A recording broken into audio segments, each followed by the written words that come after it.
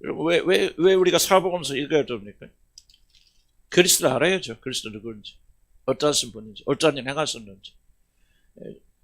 여러분 구약성경이나 우리가 뭡니까? 구약성경 말고 그 다음에 그 사도 바울이 쓴 서신서나 계시록이나 다 이거는 사복음서를 보충 설명해 준 겁니다. 성경의 중심은 나는 단호하게 사복음서가 중심이라고 생각합니다. 예수님이 하신 거, 행하신 일. 근데 그것이 무슨 뜻인가를 이 서신서나 구약성이 설명해 주는 거예요. 그래서 오리지널 텍스트는 뭐냐? 바로 이 마가복음이죠. 아니 그 성경이죠. 그래서 사복음서 중에서 제일 먼저 출발된 게 마가복음입니다. 마가복음을 넣고 그걸 참조하면서 다른 복음서를 베낀 것이 아니고 참조하면서 중심으로 해서 그렇게 써나갔기 때문에 마가복음은 굉장히 원색적이고 제일로 간단할 뿐만 아니라 쓸데없는 이야기는 잘 안 쓰죠. 예수님의 말보다는 행동에, 그리고 이제 다른 복음서가 거기에 또 첨부해서 예수님을 이해하려면 사복음서 전체를 이해를 해야 됩니다. 같이. 그리고 이제 이걸 더 깊이 이해하려면 그때 예수님께서 이렇게 말한 것은 이런 거였구나 하고 바울 서신을 가지고 우리가 이해를 하게 되어집니다. 자, 우리가 봅시다. 지난번에 몇 절까지 했는데 다시 한번 보면요. 우리 성령 세례에 대해서 굉장히 여러분 강조를 해드렸고요. 예수님이 여기 오시는 가장 중요한 예수님의 위치를 가장 설명해주는 가장 핵심적인 것은 예수님은 우리에게 성령으로 세례를 주시는 분이다.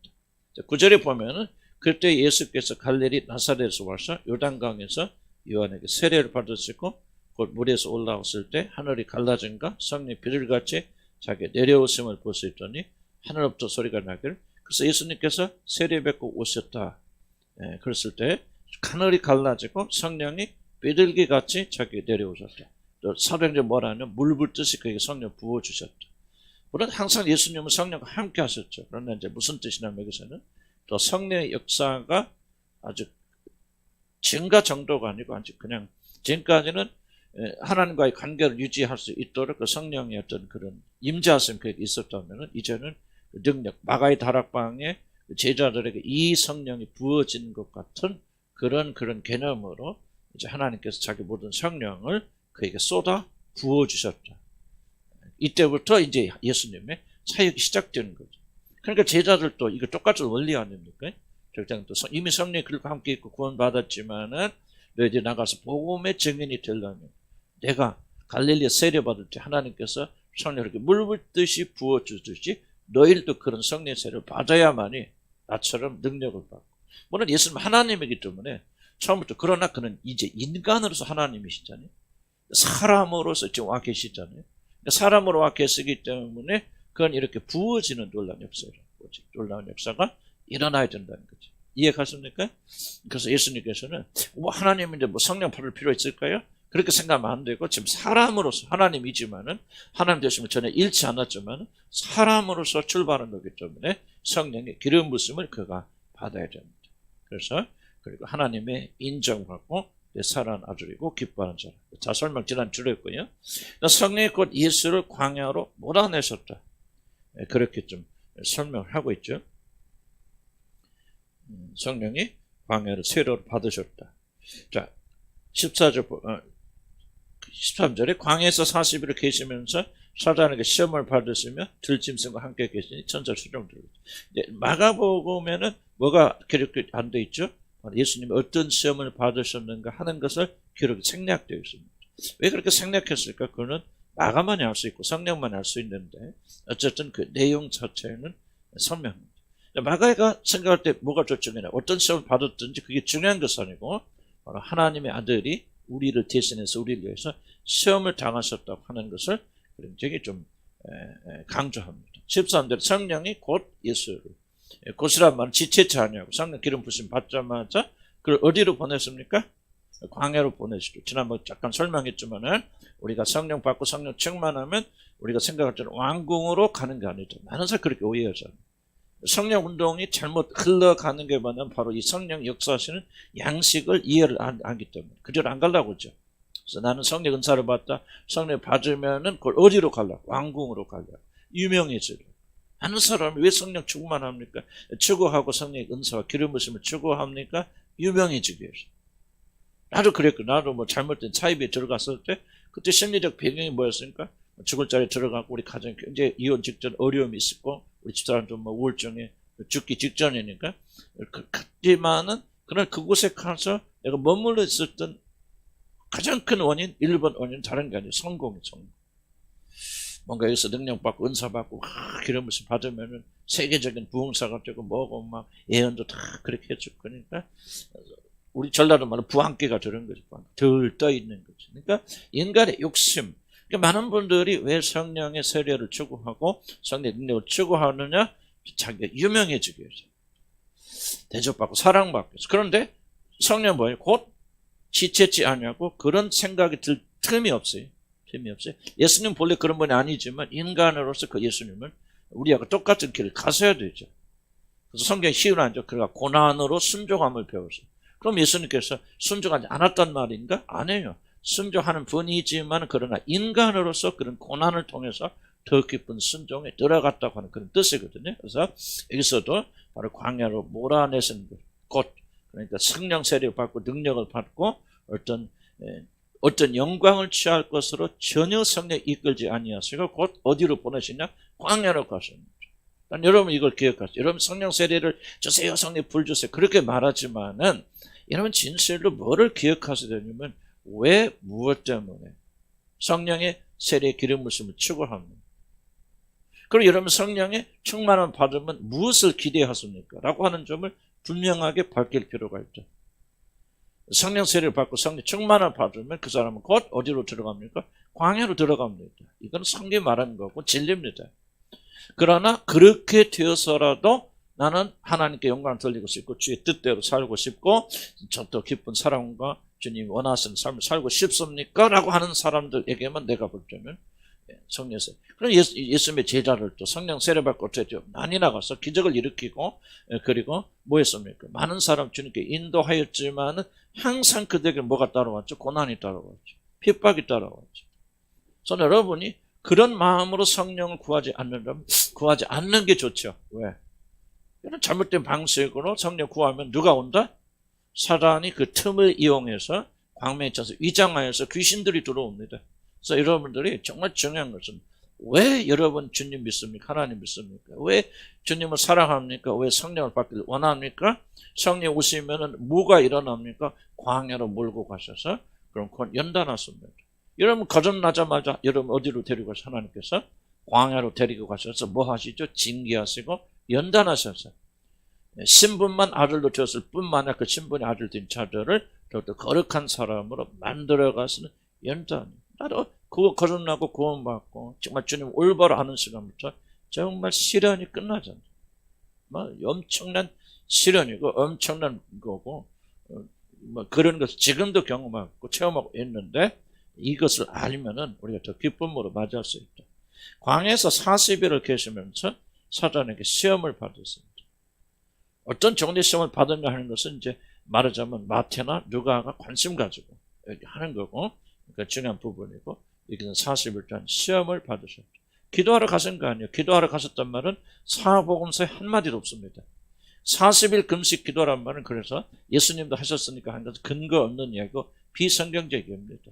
그냥 할 수 있죠. 40일 할 수 있고 400일 할 수도 있지만은 예수님이 40일 금식 기도 하셨다. 비성경적 성경에 사복음서 단 한 번도 언급하지 않습니다. 벌써 있는지 시험 받으러 가시는 거예요. 그럼 왜 시험을 받으러 가시냐 하는 것을 마태와 누가가 설명해 줍니다. 그것이 무엇인가는 다시 창세기로 돌아가면 에덴 동산의 스토리에서부터 다시 시작됩니다. 모든 구약의 성경들이 이렇게 성경을 서로 설명해 주고 있다. 그렇게 저는 믿고 있습니다.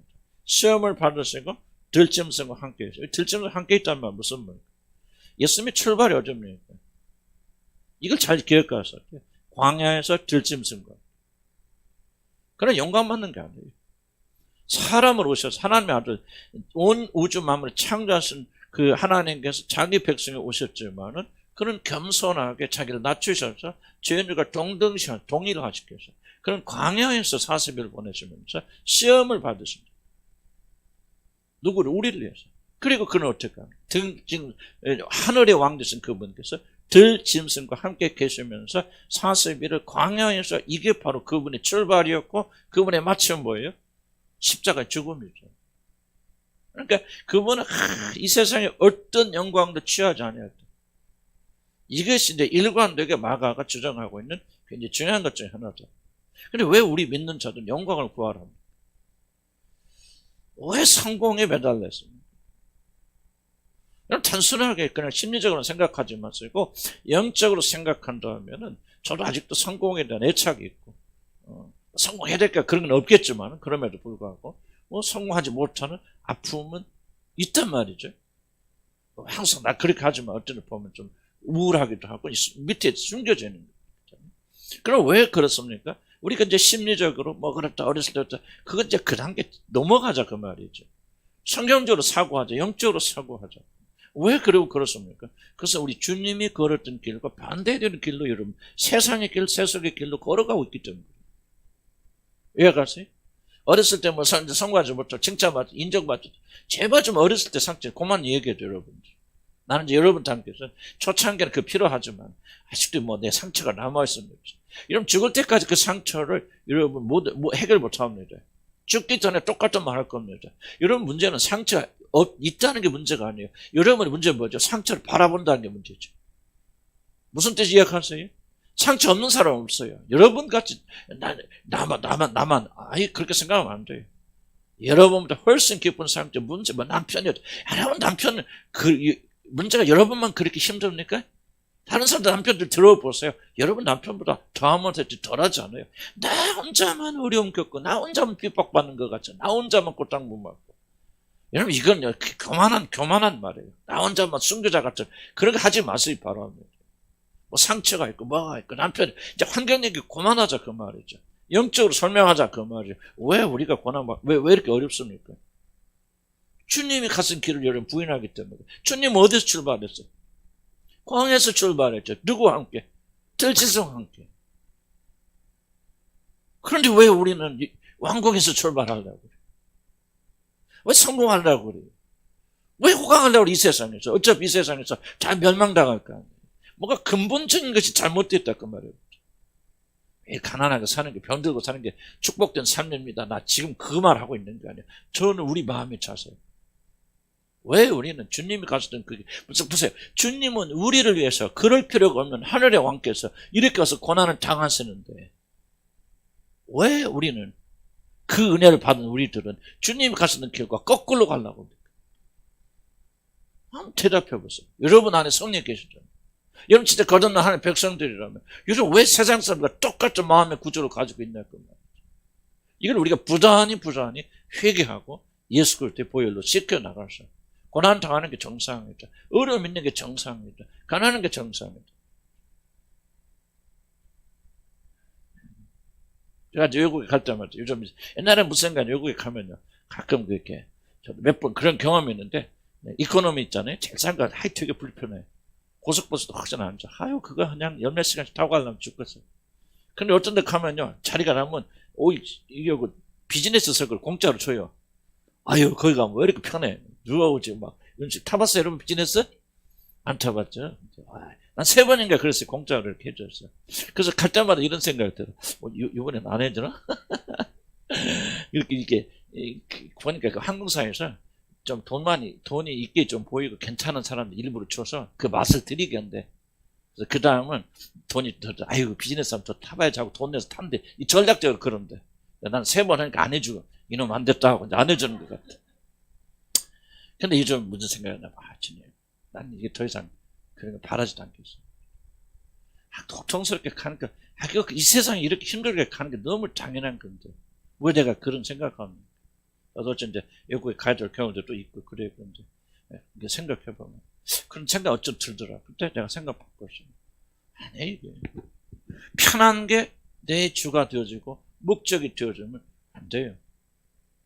그렇다 소리 일부러 사서 고생하고 나 그렇게 안 하지만은 그런 마음속에 내 안속에 이렇게 좀 편한 거 좋아하고 고급스러운 거 좋아하고 대접받는 거 좋아하는 마음이 아직 내 안에 강력하게 있구나. 그런 생각 일부러 사서 고생할 필요는 없지만은 그런 생각해봐요. 그래서 우리가 이 마음 바꿔야 돼요. 무슨 말 가시죠? 여러분, 이거 안 바꾸면 우리가 올바른 성령의 인도함을 받기 그렇게 쉽지 않죠.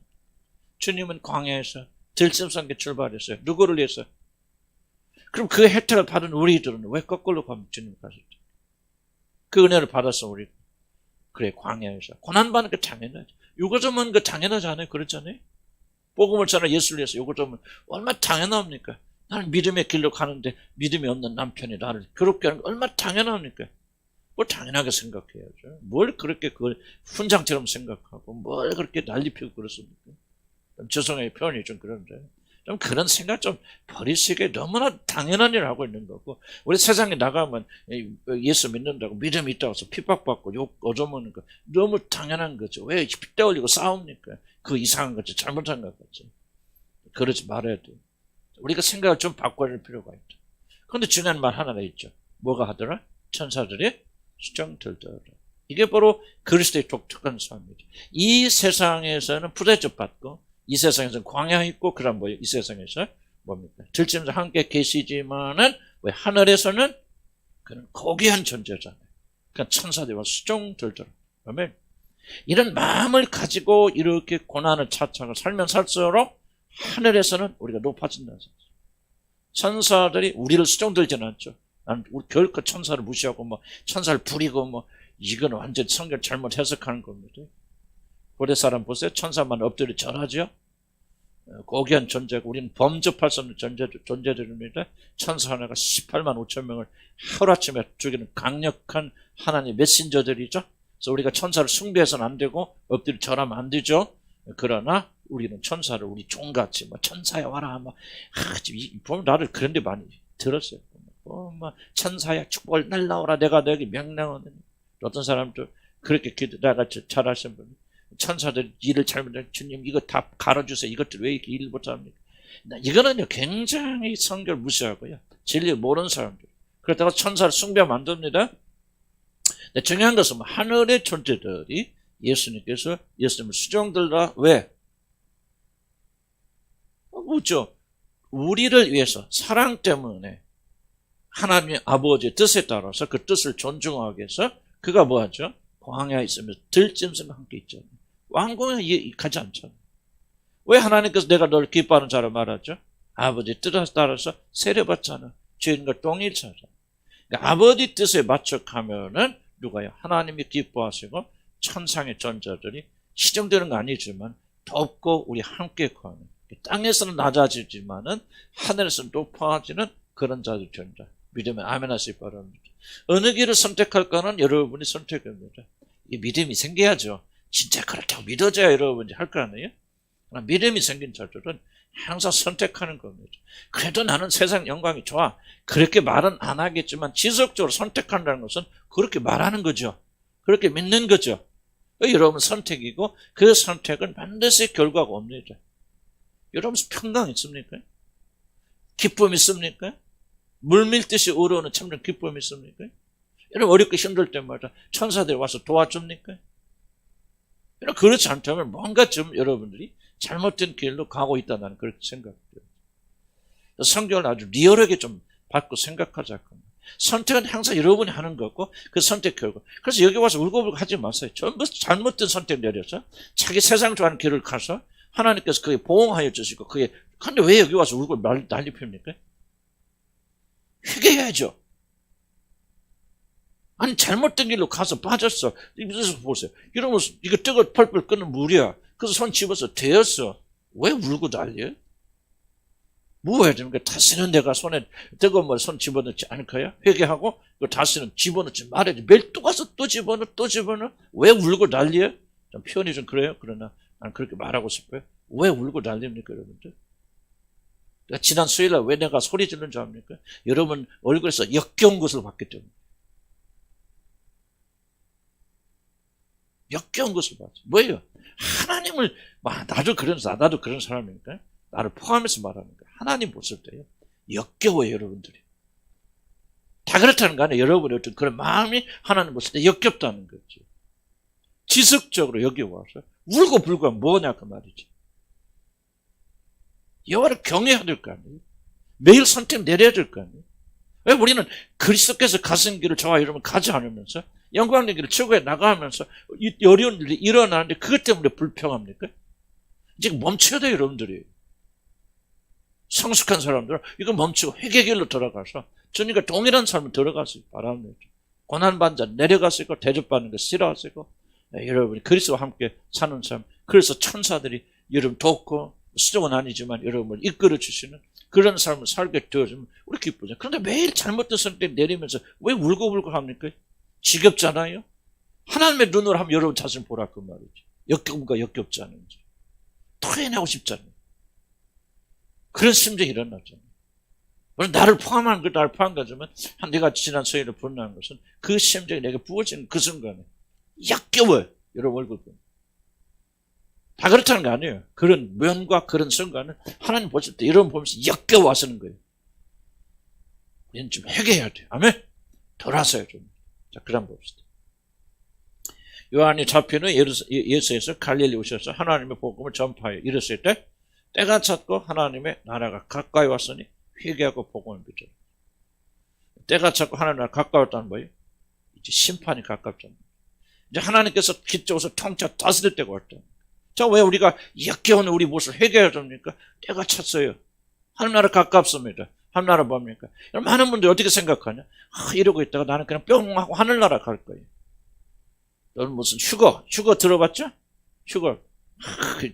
이 세상에 환난 임하기네. 우리는 딱 뽕 하고 하늘에 올라가고 남아있는 사람만 환난을 겪는다. 그럴듯한 얘기 같지만 그러니까 많은 자들이 뭐합니까? 우리는 걱정 근심 없어. 이렇게 대충 살다가도 주님 오실 때 좀 뿅 하고 하늘나라가서 우리는 잔치하고 우리는 세상에 이런 식으로 생각하거든요. 그러니까 뭐가 없어져? 경각심이 없어지죠. 심판에 대한 두려움이 없죠. 하나님 죄에 대한 책임을 말해도 두려워서 떨잖아요. 역겨워요, 하나님 보실 때. 우리가 이런 자세, 하나님 말씀으로 내게 주시는 말씀으로 받아들여야 때가 찼어요. 하나님 나라 가까이 왔어요. 이제 머지않아서 우리 지금 죄인의 말씀 뭐예요? 심판해요. 죽은 자들 다 부활시켜 나갑니다. 심판하십니다. 산자와 죽은 자를 믿는 자와 믿지 않는 자를 전부 심판하셨어요. 우리들의 믿음이 참된 믿음이 진짜인지 가짜인지 다 거기서 증거내고 거기서 판명나야 됩니다. 두렵고 떨리지 않습니다. 이란들의 말을 잘못 속아가지고 우리는 이 한번 언젠가 내가 아까는 그것도 진지하게 조금 진지하게 예수님 나의 구주십니다. 내 용서해 주세요. 예수님 나의 구주로 받아들입니다. 아멘. 그렇게 한번 고백했습니다. 하늘나라 간다. 그리고 우리 나가서 먼저 사람들 앞에서 자기 죄를 한번 고백하면 자기 죄가 다 씻겨졌다고. 물론 예수의 피로 우리 죄가 다 씻기죠. 그러나 그런 식으로 하면서 그다음부터 뭐예요? 책임 없는 삶, 내 멋대로 사는 삶, 진지하지 않는 그런 삶 살면서도 우리는 이제 내가 내 믿음으로 한번 예수님을 나의 구주로 받아들였으니 우리는 영원히 정죄당하지 않고 지옥 갈 일 없다. 그러고 우리가 내 멋대로 살다 그 말이죠. 그거 아니에요. 그건 가짜 복음입니다. 거짓말 복음이에요. 가짜 복음이 성경에 그렇게 구원받는 사람이 어디가 있습니까, 여러분? 그렇지 않아요, 여러분. 때가 찼고 하나님 나라 가까웠으니 예수 안 믿는 사람에게만 말하는 심판의 메시지입니까? 오늘 우리들에게 주시는 말씀. 때가 찼어요. 가까이 신랑 올 때가 가까이 왔어요. 등불 맞아야 돼요. 성령 기름 떨어지면 안 돼. 그때 뭐야? 기다렸던 그들이지만 기름 떨어진 어리석은 5채는 다 버림받고 슬피 울며 이를 갈잖아요, 밖에서. 그저 신랑 기다렸어요. 불이 있어요. 그런데 기름 떨어진 자들, 기름 없는 자들은 이제 왜 지옥 간다 그 말이에요. 성경 비유가 말씀에 예수님께서 그렇게 비유로 말씀하시잖아요. 나는 결코 우리가 행위로 구원받는다든지 구원받는 구원을 잃는다든지 나 그 말하고 있는 거야. 참된 믿음이 무엇이냐 이런 설명하는 거죠. 여러분 참된 믿음을 가지고 있다면요. 이 메시지는 나에 대한 메시지입니다. 우리 성경은요, 결코 예수 안 믿는 사람 이거 읽고 구원받으라 그래서 하는 게 아니에요. 거듭나기 전 사람 이거 100번, 1000번 읽어도 소용없어요. 거듭나니까 성경이 보이는 거예요. 믿어지는 거예요. 그러니까 거듭남이 먼저예요. 그러니까 거듭난 사람들이 읽으라고 준 책이죠. 거듭나지 않는 자들 읽으라고 주신 책이 아니에요. 때가 찼어요. 하나님의 나라 가까이 왔습니다. 그럼 뭐 해야 돼요? 회개해야 됩니다. 최근에는 뭐예요? 더 이상 이런 자세로 살면 안 된다 그 말이에요, 여러분. 좋아요, 여러분. 애통해야 돼요.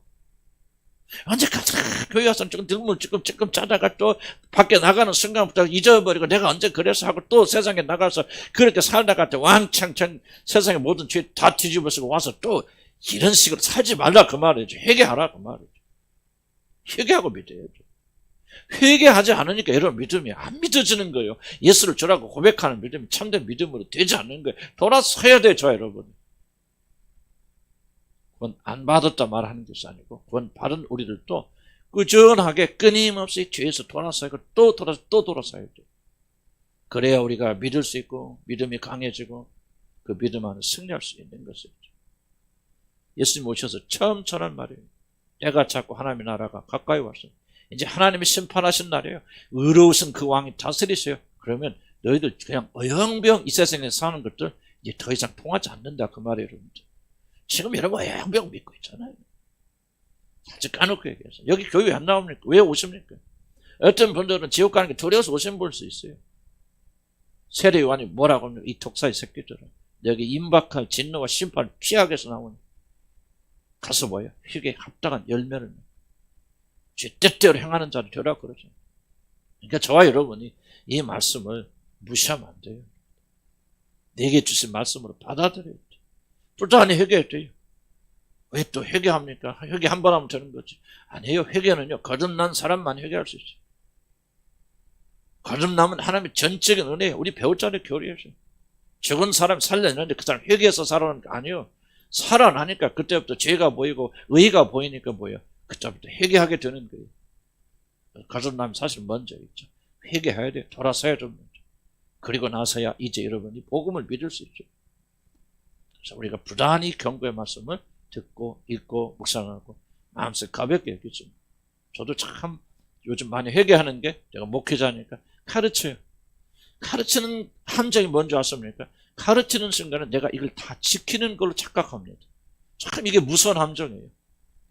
무서운 함정. 내가 여러분 열심히 하세요 그렇게 말하면 그렇게 말하는 순간 자기는 열심히 하고 있다고 착각합니다. 이게 가르침의 큰 함정. 그래서 목회자들이 가장 많이 지옥에 갈 것이다. 나는 그렇게 믿어요. 나도 그래서 두렵고 떨리는 마음이 일어나는 거죠. 다시 한번 회개하면서 정말 무섭잖아요. 두렵잖아요. 나는 그 백스다가 지나가다 있던 백스다가 쓴 참된 목자상 읽으면서 얼마나 회개한지. 다 나한테 얼마나 같아. 한마디도 나한테 빠진 말이 없어요. 전부 나한테 위선자. 바리새인이 누구예요? 나예요 바로. 내가 나더라. 내가 전하는 말 몇 개나 지켜놔. 정말 이게 계속 가르치다 보면 뭐 하고 있는 거야 지금. 얼마나 두려운지 몰라. 심판이 어디서부터 시작된다? 하나님의 집에서부터 심판이 시작. 다른 데서부터 시작되지 않아요. 하나님의 집에서부터 목회자들로부터 하나님 심판이 시작되는데 정말 내가 너무 두려운 거예요. 두려운데도 잘 안 해. 그러니까 또 이게 참 얼마나 인간의 죄가 악한지 말이죠. 그러니까 저는 좀 요즘 목회 다시 시작하겠다. 밑바닥부터 시작하겠다. 그런 생각이 좀. 내가 일 안 하는 데를 기다리는 것은 그때 가운데 좀 안 가르치고 좀 가르치는 그만 멈추고 그냥 내가 좀 내 삶은 돌아봤으면 좋겠죠. 그래서 요즘 제가 그런 기도 많이 합니다. 성령 충만 주세요. 멀쩡하게. 목적이 뭡니까? 내가 좀 의롭게 살기 원하는데 주의 말씀 지키면서 살기 원하는데 이 말씀 나의 심장에서 좀 나오길 바라죠. 내가 그 지식을 전달하는 사람이 되었으면 안 되겠네. 기계처럼 복음을 말하면 뭐합니까? 죽은 거지. 내 심장에서 우러져 나와야 돼. 심장에서 우러져 나오면 그 말씀 앞에 내가 두려워 떠는 자가 되죠. 말씀 앞에 복음 앞에 두려워 떨지 않는다면 그거 가짜 아니에요.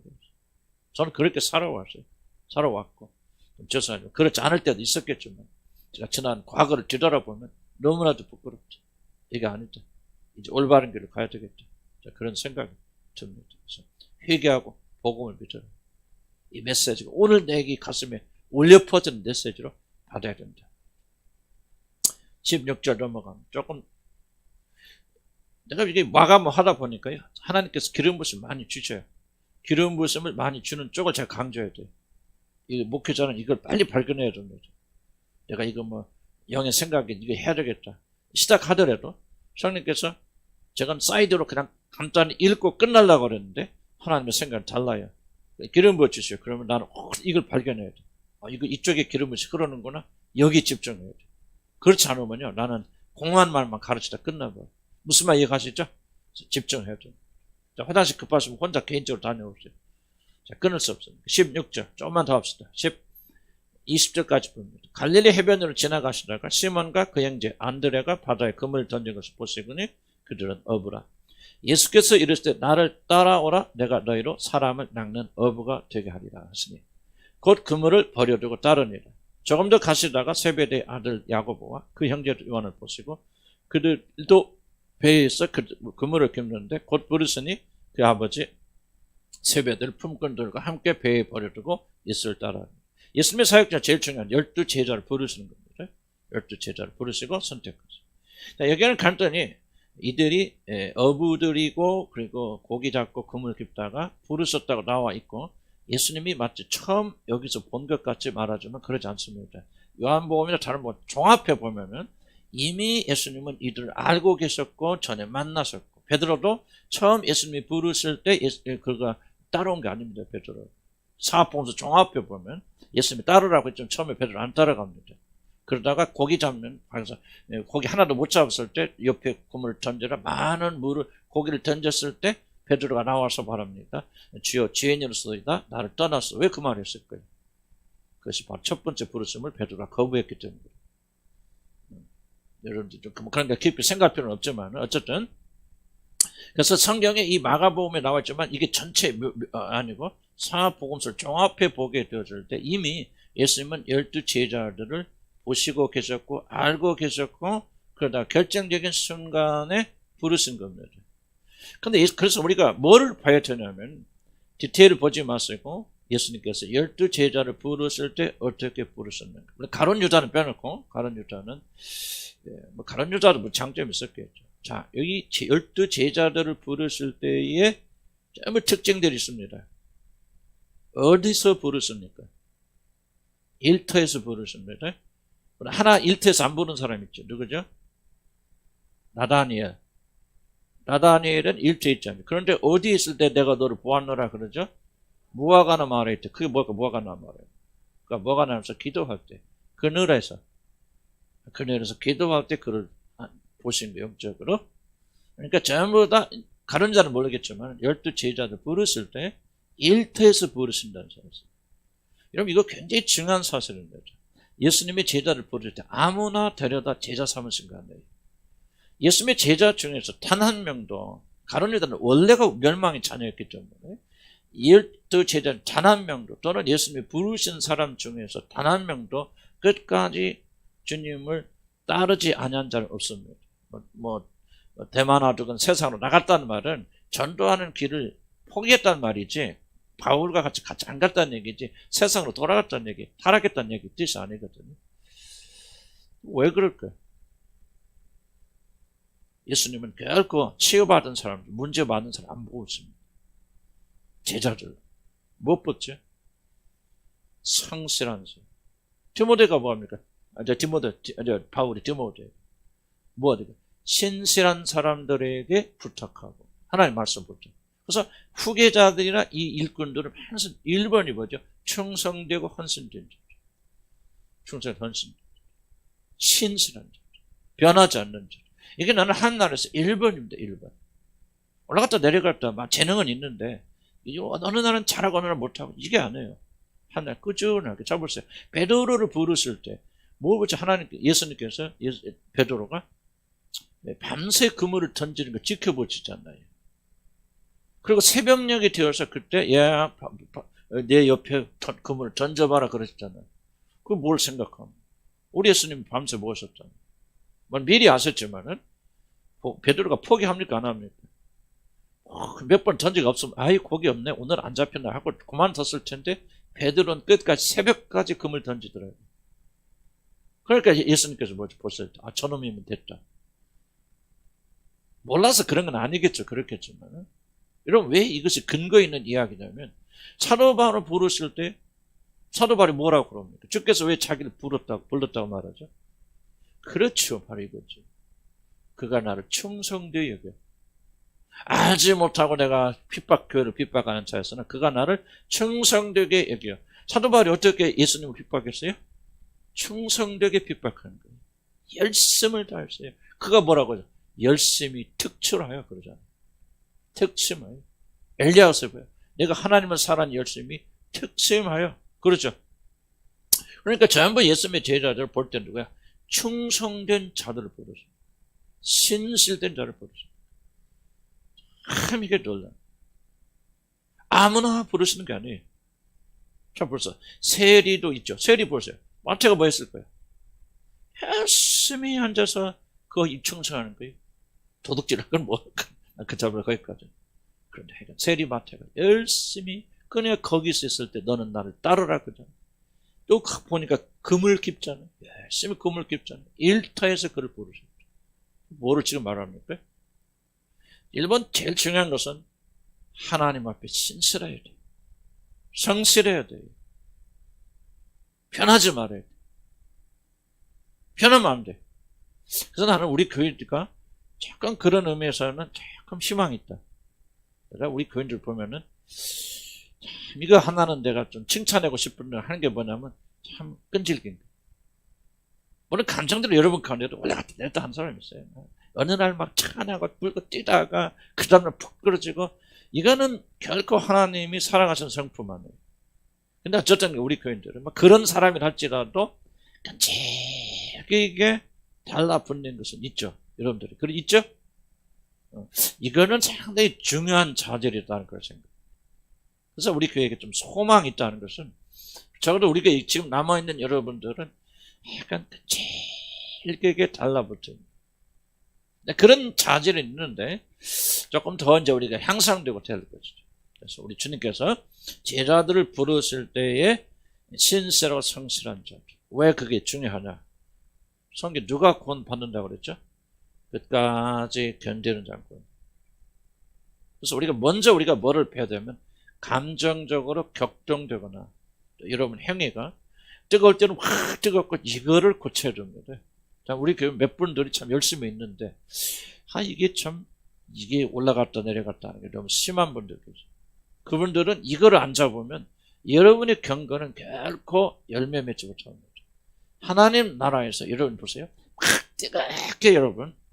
하나님 나라에서 관점은 뭐냐면 여러분이 뜨거울 때 그걸 보시지 않아요. 가장 밑바닥이었을 때 보십니다. 에스겔 나오죠. 에스겔에서 말합니다. 내가 아무리 하나님 뜻대로 살고 순종 복종한다 할지라도 그 사람이 범죄하면 과연 그 사람이 범죄하지 않고 회개하지 않으면 그가 과연 용서받고 하나님 나라에 들어가겠느냐? 아니라고 딱 잘라가지고. 아니라. 그러니까 중요한 거예요. 평균치가 아니에요. 기독교는. 평균치도 아니고 여러분 가장 뜨거웠을 때 내가 죽기니까 그때 헌세는데 그거 잊어버리세요. 그럼 지금 가장 밑바닥인 때가 어딥니까? 그게 바로 여러분의 신앙이에요. 그렇게 날뛰고 막 그렇게 믿음 있고 할렐루야 하다가 내가 낙담하면 아유 나 예수도 믿기 싫어 뭐 하기 싫어 그냥 내가 포기하고 있을까 도망가고 있으면 이게 여러분의 신앙입니다. 여기가 많은 사람 착각해요. 성경적으로 사고하지 않아요. 성경적 사고는 여러분 그냥 밑바닥일 때 거기서 어떻게 나옵니까? 그게 어딥니까? 여러분 신앙이 잘하는 것은 밑바닥에 올라간단 말이에요. 이해가세요? 윗바닥에 올라간다 소리 아니에요. 밑바닥에 내려간다 소리예요. 올라간다 소리예요. 요정치지만 저 사람 밑바닥에 가도 옛날에는 나는 뭐 실감해요. 실감. 하나님 은혜가 무엇인가를 좀 이런 걸 통해서 좀 제가 좀 많이 발견하게 되었죠. 무슨 뜻인가 이해가시죠? 그러니까 밑바닥에 올라가야 돼요. 그러니까 격정되면 안 되고 그래서 마음이 평강해야 되고 세상적인 것에 격정되는 것을 이런 마음을 지켜야 돼요. 그리고 여러분 속지 마시기 바랍니다. 흥분 상태에 있고 여러분이 막 주님을 해서 막 울고 불고 그랬다 내 믿음 자랐다 말하면 안 됩니다. 그건 여러분이 스스로 속이는 겁니다. 가장 내려갈 때 어디까지 내려갑니까? 옛날에는 10까지, 마이너스 10까지 내려가는데 지금 8까지 내려가고 7까지 내려갑니다. 6까지 올라갑니다. 지금 어떤 일이 있어도 마음이 평강합니다. 이게 바로 우리들의 믿음의 현주소다. 두 번째 우리 강조하고 싶은 것은 하나님 일이 아니더라도 이 벌써 전부 다 어떤 사람을 주님 고르시죠? 자기 일에 충실한 사람, 성실한 사람. 그걸 하나님께서 고르신다는 것을 기억하시기 바랍니다. 세 번째 중요한 거 있죠. 자, 제자들이 반응이 뭐죠? 물론 우리들은 뭐 예수님의 12 제자가 안 되니까 이렇게 할 필요가 있습니까? 그렇지 않아요. 성경 원리는 누구에게나 동등하게 적용됩니다. 자, 제자들이 공통적인 특징, 부르실 때 어떻게 반응합니까? 전부 다? 뭐하고? 그렇죠. 버려두고. 그러면 이게 믿음의 출발이거든요. 지금 여러분들이 갈등하는 게 뭔지 아세요? 버리지 못하는 거예요. 버리지 못해요. 자기를 버리지 못해요. 과거를 버리지 못해요. 욕심을 버리지 못해요. 자녀들에 대한 열망을 버리지 못해요. 성공과 실패를 버리지 못해요. 이거 여기에 대해서 다른 말로 표현하면 죽지 아니하고. 그러니까 여러분이 제자 될 수 없을 거예요. 여러분 왜 교회 나옵니까? 왜 기도합니까? 자녀들 축복하고 건강하고 우리 남편 잘 되고 우리 뭐 아내 잘 되고 그렇게 해서 우리 행복하고 전부 다 세상적인 자기를 버려두지 아니하고 결과는 뭐예요? 그러니까 주님을 따르지 못하죠. 아까 뭐하고 믿으라? 회개하고 믿으라? 회개하지 않으면 믿을 수 없어요? 믿을 수 없다는 거죠. 세상을 잊고 세상을 사랑하면서 어떻게 믿을 수 있나? 믿을 수 없다는 거죠. 너희들 나 따라? 나 사랑해? 그런데 뭐예요? 버려두지 아니에요. 내가 따르긴 따르지만요. 그냥 내가 이거 가끔 와서 좀 이렇게 할게요. 그래, 주님은 아니다. 그렇잖아요. 내 아버지가 죽었는데 장사하게 하고 그리고 나서 주님을 따르게 해주시오. 그리고 뭐라 합니까? 죽은 자들 하고 죽은 자를 장사하고 너는 나를 따르라. 버려두라 그 말이죠. 12 제자들 베드로가 나중에 뭡니까? 나는 주를 위해 우리들은 주를 위해서 모든 걸 다 버려두었나이다. 물질도 장래도 모든 걸 다 버렸나이다. 그렇게 말하잖아요.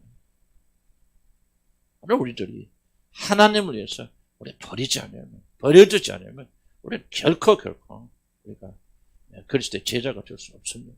이걸 여러분 명심하시고 들으세요. 명심하고 깨달으세요. 그렇지 않으면 우리는 결단코 주님의 제자 되는 그런 삶 속에 들어갈 수 없게 됩니다. 이들은 뭐예요? 영광 받잖아요. 생명도 이때는 몰랐지만 자기들의 목숨조차 생명조차 이들은 버렸잖아요.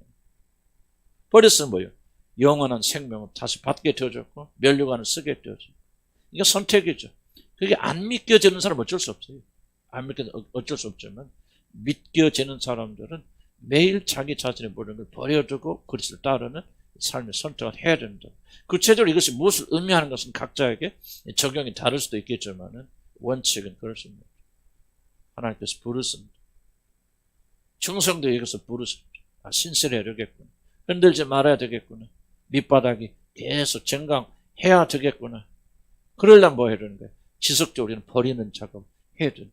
왜 밑바닥을 내려갑니까? 버리지 못해서 그렇거든요. 성공에 대한 열망을 버리지 못하니까 뭐입니까? 밑바닥으로 실패했을 때 뭐가 보이지 않을 때 헤어나지 못하는 거죠. 버려두지 아니하는 거예요. 떠나지 아니하는 거예요. 그리고 믿으려니까 믿어져 안 믿어지는 거죠. 그 영역에서는 믿음이 오지 않는 거죠.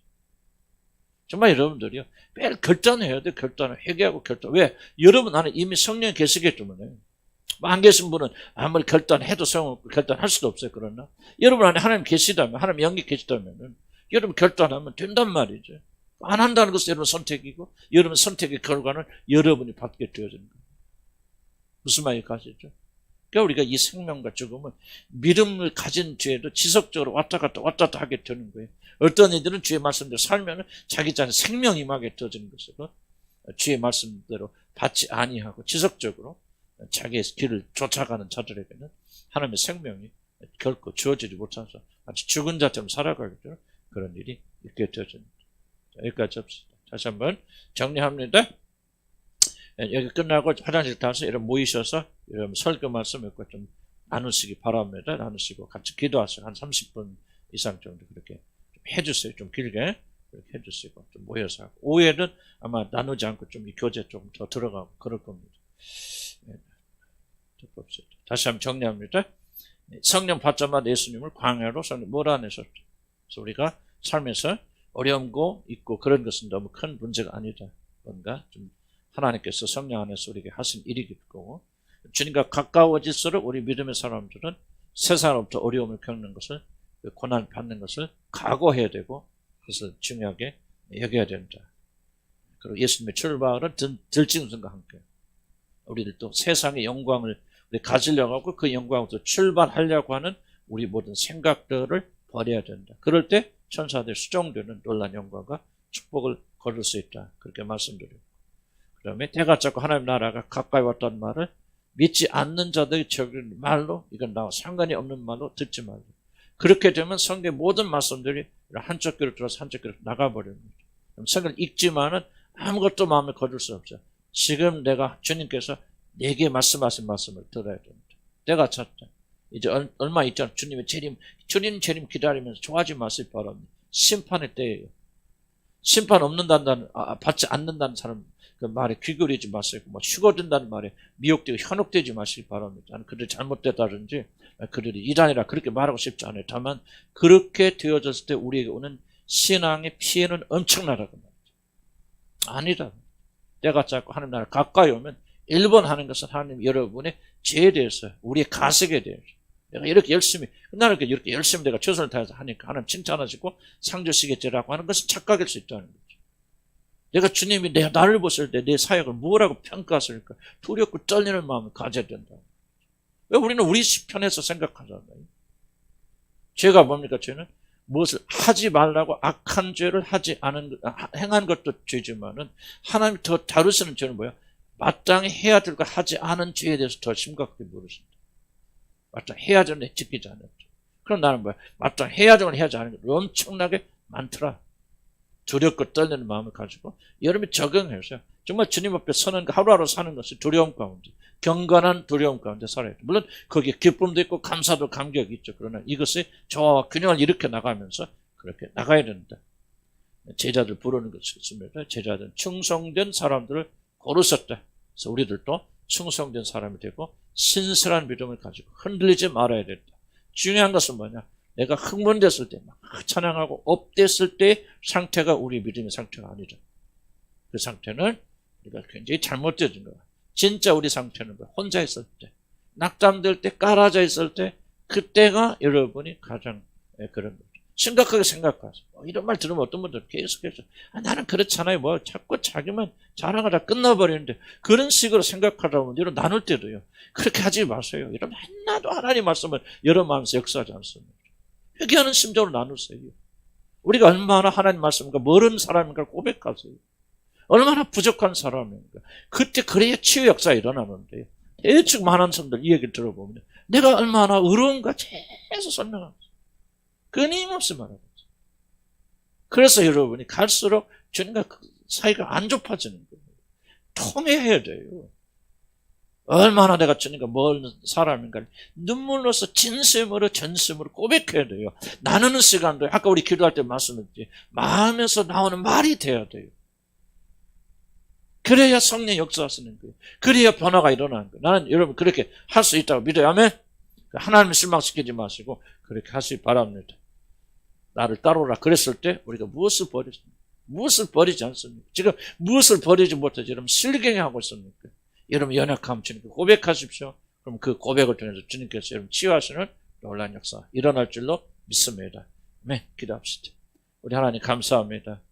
우리 말씀을 듣고 나누게 하시고 이 말씀 앞에 우리 자신이 깨어지게 하시고 너무 쉽게 생각하지 말고 이 말씀을 마음에 품고 그리고 하나님께 고백해서 그리고 서로를 위해서 기도하게 될 때 그 연약함과 부족함이 서로 고백되는 그런 시간 되도록 하나님 인도하여 주시옵소서. 예수 이름으로 기도합니다. 아멘. 아멘.